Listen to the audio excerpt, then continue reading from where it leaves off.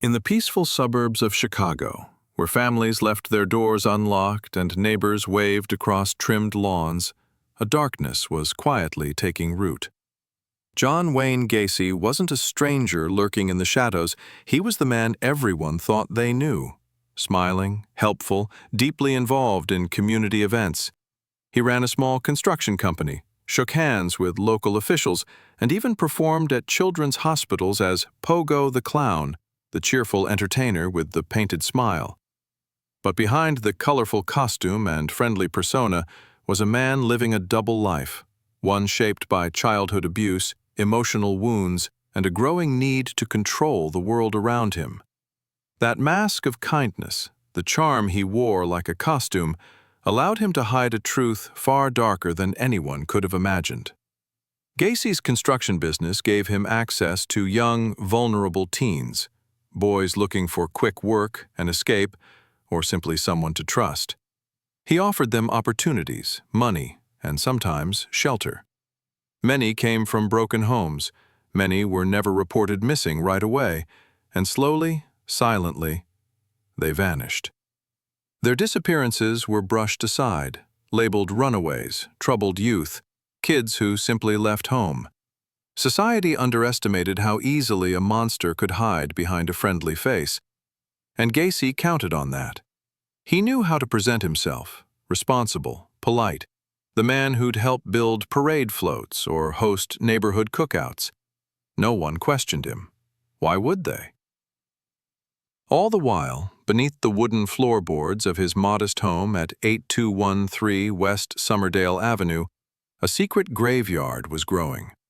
The crawlspace under the house became a burial chamber hidden in plain sight.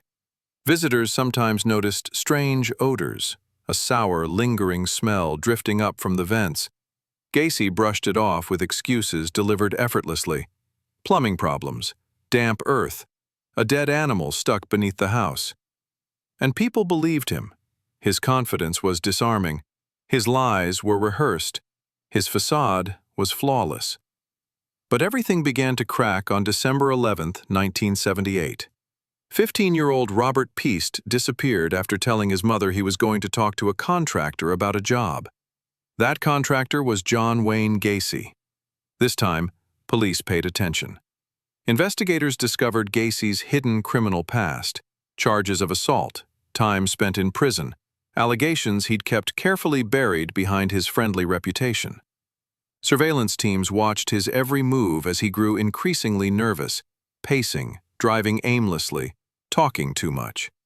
Detectives could feel something was wrong, something bigger than a missing teenager. With a search warrant in hand, they entered Gacy's home. The smell they encountered wasn't plumbing. It wasn't the dampness of an old crawl space. It was something far worse. Still, they needed proof. A second warrant granted access to the crawl space. When officers crawled beneath the house, their flashlights cut through the darkness, and the truth surfaced. Shallow graves, disturbed earth, bones where they should never be. Even seasoned detectives froze. They were staring at the remnants of a horror quietly unfolding for years beneath a house in the middle of a quiet, unsuspecting neighborhood. As the grisly excavation continued, the scale of Gacy's crimes became painfully clear. Victims were uncovered one after another. Young men and boys whose families had waited, wondered, hoped. By the end, authorities identified 33 victims, making Gacy one of the most prolific serial murderers in American history.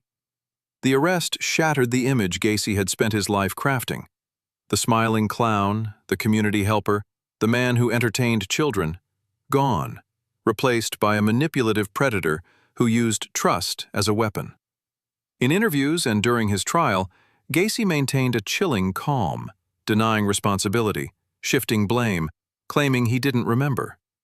The mask he had once worn for the world seemed impossible for him to take off, even when the evidence was undeniable. He was convicted on all charges.